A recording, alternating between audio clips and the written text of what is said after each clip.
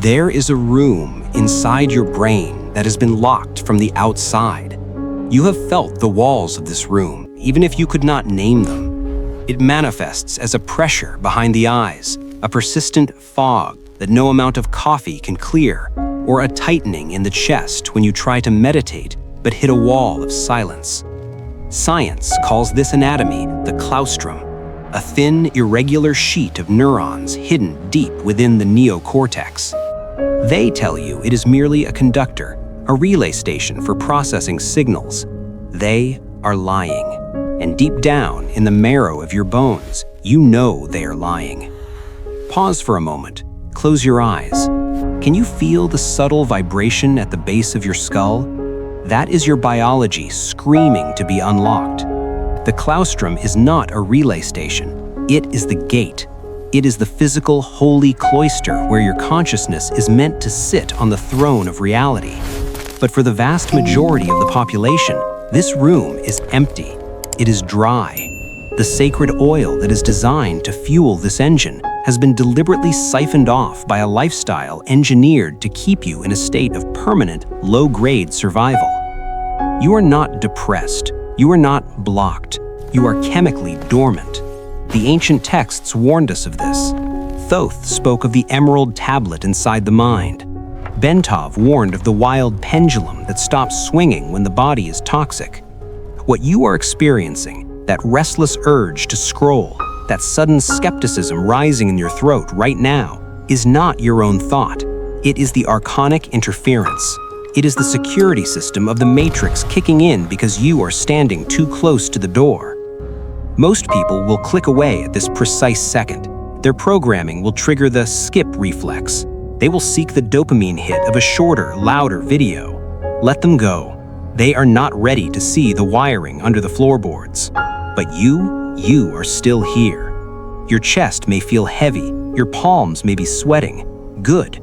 That is your somatic system recalibrating. That is the sound of the lock turning.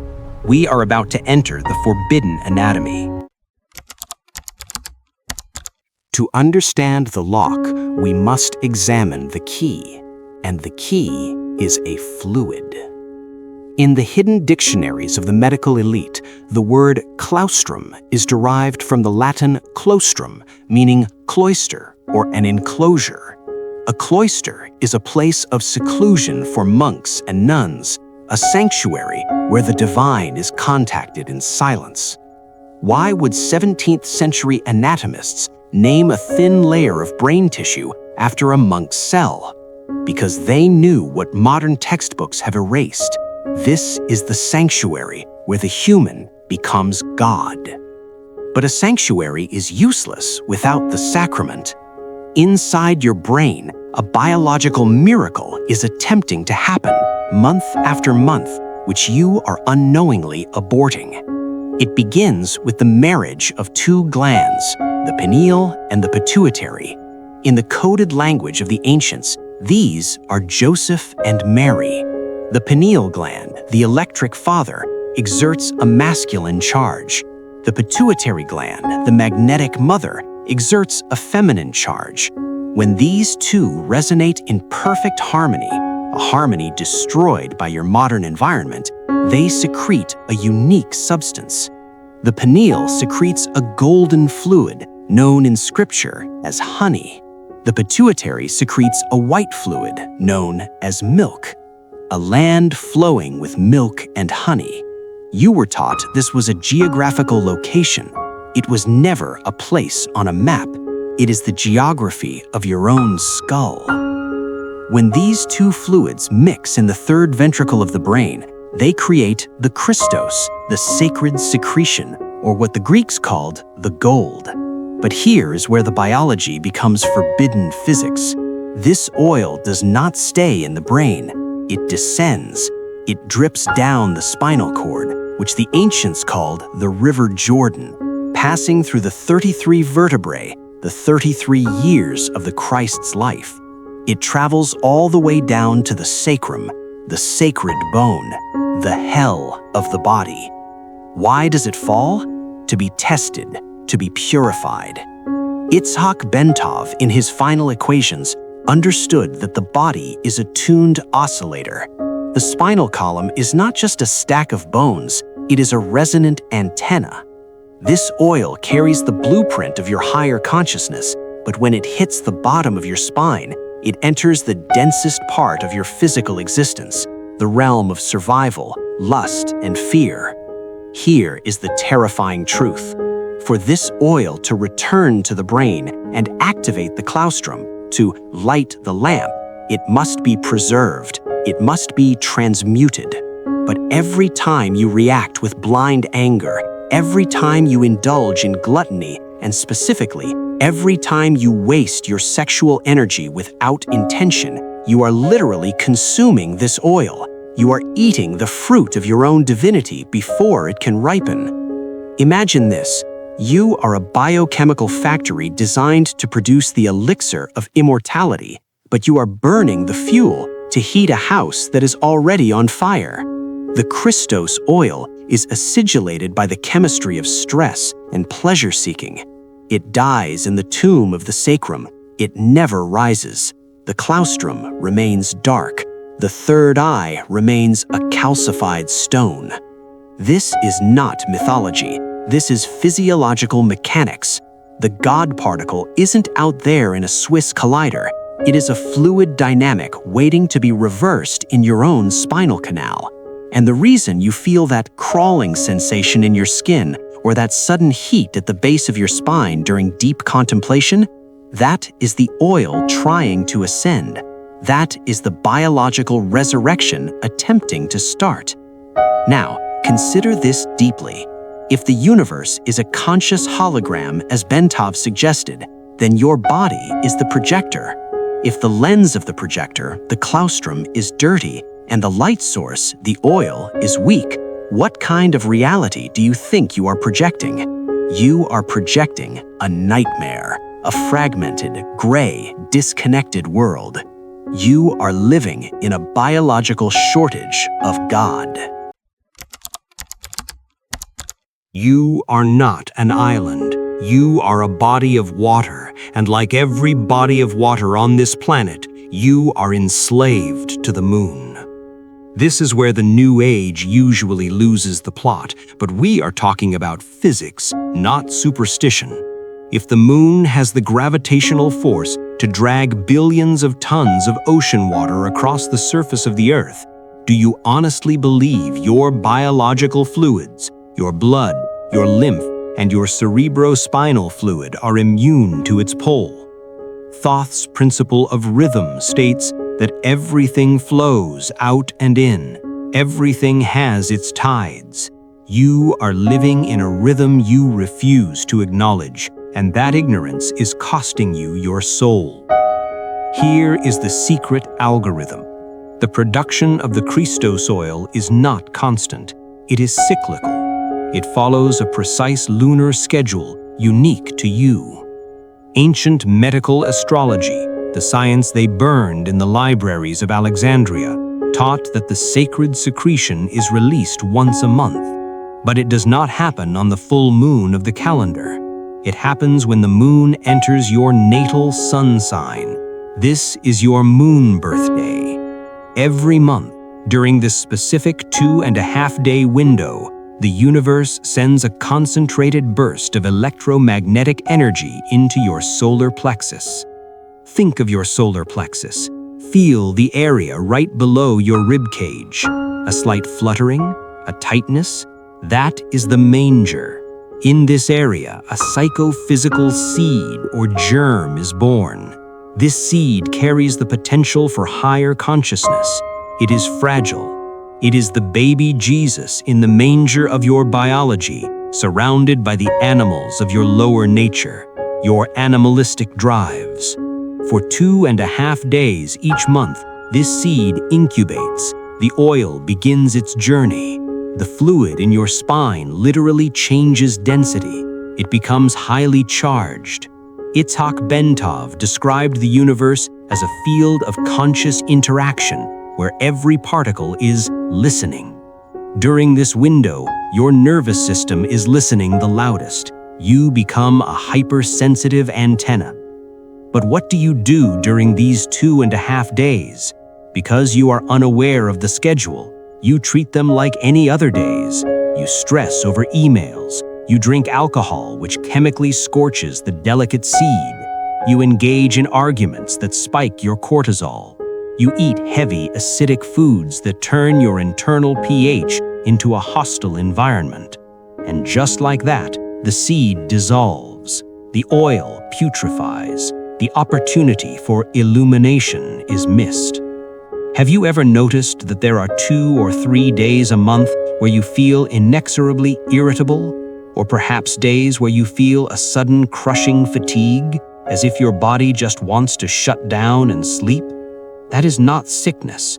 That is your system diverting energy to the solar plexus to nurture the seed. Your body is begging you to be still. It is begging you to fast, to meditate, to conserve energy. But you ignore the signal. You drink an energy drink and push through. You force the machine to run when it is trying to upgrade its software. By overriding this lunar algorithm, you are committing a monthly act of spiritual suicide. You are killing the messenger before he can deliver the letter to the king, the Claustrum. The timing is non-negotiable. The universe does not wait for your schedule. If you miss the window, you must wait another cycle. This is why waking up takes years for some and lifetimes for others. They are trying to force a mechanical process without reading the manual. You cannot pry the claustrum open with willpower. You must wait for the tide. And the tide is coming. If you think it is a coincidence that the modern diet is saturated with sugar, alcohol, and processed acids, you are still sleeping. If you think it is random that society is hypersexualized, bombarding you with imagery designed to trigger immediate, base-level release, you have not seen the cage. The Matrix is not just a control system for your mind, it is a farming system for your biology. Thoth warned of the Watchers, and Robert Monroe spoke of the loosh, the energy harvested from human suffering and desire. But the most potent harvest isn't just your fear, it is your potential. The system is engineered to extract the sacred secretion before it can rise. It knows that if this oil reaches the claustrum, the game is over. The worker bee wakes up and becomes the queen. So they attacked the supply line. The first weapon is chemistry. The Christos Oil is extremely delicate. It requires a highly alkaline environment to survive the journey up the spinal canal. But look at what you consume: sugar, coffee, alcohol, meat treated with hormones. These are acids. When you ingest them, you turn your blood and spinal fluid into a bath of acid. When the monthly seed is born in the solar plexus, it is dropped into this toxic pool. It doesn't stand a chance. It is corroded on contact. You are literally dissolving your own divinity with your breakfast. The second weapon is more insidious, the extraction of sexual energy. This is the coil Bentov spoke of, the bioelectric force stored at the base of the spine. This energy is the propellant. It is the rocket fuel designed to push the oil up against gravity. But the Matrix has taught you to release this pressure valve at the slightest provocation. Through pornography, through casual lust, through the constant leakage of desire, you deplete the very pressure required to lift the oil. You are a rocket that vents its fuel on the launch pad and then wonders why it never reaches the stars. The ancients encoded this tragedy in the story of the crucifixion. The word skull in Aramaic is Golgotha. The seed is crucified not on a wooden cross, but between the thieves of the lower chakras, regret of the past and fear of the future. It is betrayed by the Judas of your own sensory desires. When you feel that deep, hollowing exhaustion after a night of indulgence, that is not just a hangover, that is the feeling of a dead potential. That is the death trap Thoth warned about. You have successfully killed the monthly avatar within you. The claustrum remains sealed. The God fluid dries up. calcifying into the sand that eventually stops the pineal gland from functioning altogether. This is the architecture of decay. They don't need to put you in a prison cell. They just need you to keep you acidic, distracted, and empty. They need you to keep crucifying yourself month after month until you run out of time. You do not need another guru. You do not need to pay for a retreat in the mountains. You need a calendar, a new relationship with chemistry, and the discipline to sit still when your body screams to run. The regeneration of the claustrum is a mechanical process. It requires engineering, not hope. The first step is identifying your window. You must find the day the moon enters your specific sun sign. This is your biological Passover. For 3 days, the day before, the day of, and the day after, you are in a state of high alert alchemy. Mark these dates. Treat them as holy days. During this window, you are not a worker, a parent, or a consumer. You are a guardian of the seed. Now we address the chemistry. During these 72 hours, you must starve the archons to feed the seed. You must adopt a highly alkaline diet. The oil cannot rise in an acidic environment. It will burn. Eliminate meat, alcohol, sugar, and caffeine entirely during this window. Eat light, green vegetables, water with lemon, fasting if you are able. You are scrubbing the spinal chimney so the smoke can rise without choking. You might feel weak. You might feel a detox headache. Good. That is the weakness of the parasite leaving the host. Next, you must activate the pump. Bentov discovered that the body is a series of oscillators. To push the spinal fluid up against gravity, you need to use the diaphragm. Deep, rhythmic breathing creates a pressure wave, a physio-mechanical pump that forces the cerebrospinal fluid up the spine. Visualize the fluid rising with every inhale. But here is the secret Bentov knew. It is the pause that matters, the still point. Hold the breath at the top and the bottom. In that silence, the magnetic field of the body collapses and re-expands, generating the voltage needed to push the oil past the Golgotha of the neck and into the skull. Then comes the hardest part, the conservation of energy. You must practice the linger test. During these 3 days, the matrix will test you. Your car will break down.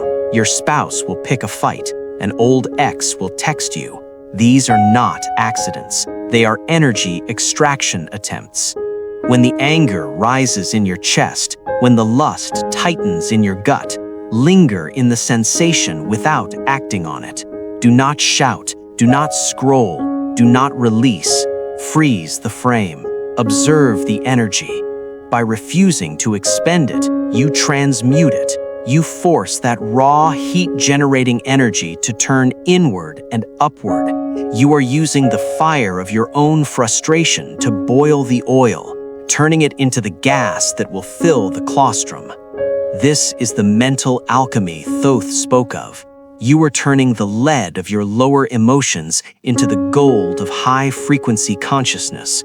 It will feel uncomfortable. Your skin might crawl. You might feel a buzzing in your ears. Do not be afraid. That is the sound of the hive mind disconnecting. That is the sound of your own frequency rising above the static. You are retaking the control room. And if you succeed, if you navigate the minefield of the matrix, keep the oil pure and raise it through the 33 vertebrae, what happens? The fluid enters the third ventricle. It washes over the pineal and pituitary glands, and in that moment, a physical electrical circuit is completed. This is the alchemical marriage. The positive and negative poles of your brain short-circuit in a flash of blinding white light. It is not a metaphor. It is a biological event so powerful that it physically vibrates the skull. This vibration creates a magnetic field around the head. The ancients saw this field and painted it as a halo. They weren't drawing artistic circles, they were documenting the electromagnetic signature of an activated human being. You become a superconductor. The claustrum, that locked room, suddenly opens. The thin gray matter vibrates at a frequency that allows it to receive signals from outside the visible spectrum. You stop thinking, you start knowing. The linear time of the matrix dissolves into the vertical time Bentov described, the now moment where all possibilities exist simultaneously. The fear of death evaporates because you are no longer operating from the biology of a mortal animal. You are operating from the physics of light.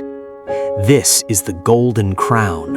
It is not a piece of metal worn by kings. It is the activated bioelectric field of a sovereign soul. But understand the price. To wear this crown, you must dethrone your current self. You cannot bring your addictions, your petty grievances, or your comfortable illusions into the throne room. The oil is volatile. It burns away everything that is not true. So the question is not whether you are capable of this. The anatomy is already there, waiting in the dark. The question is, are you brave enough to reclaim your own biology? Or will you let the oil dry up, month after month, a withered seed in a dying world? The door is locked from the inside. The key is in your spine. Turn it.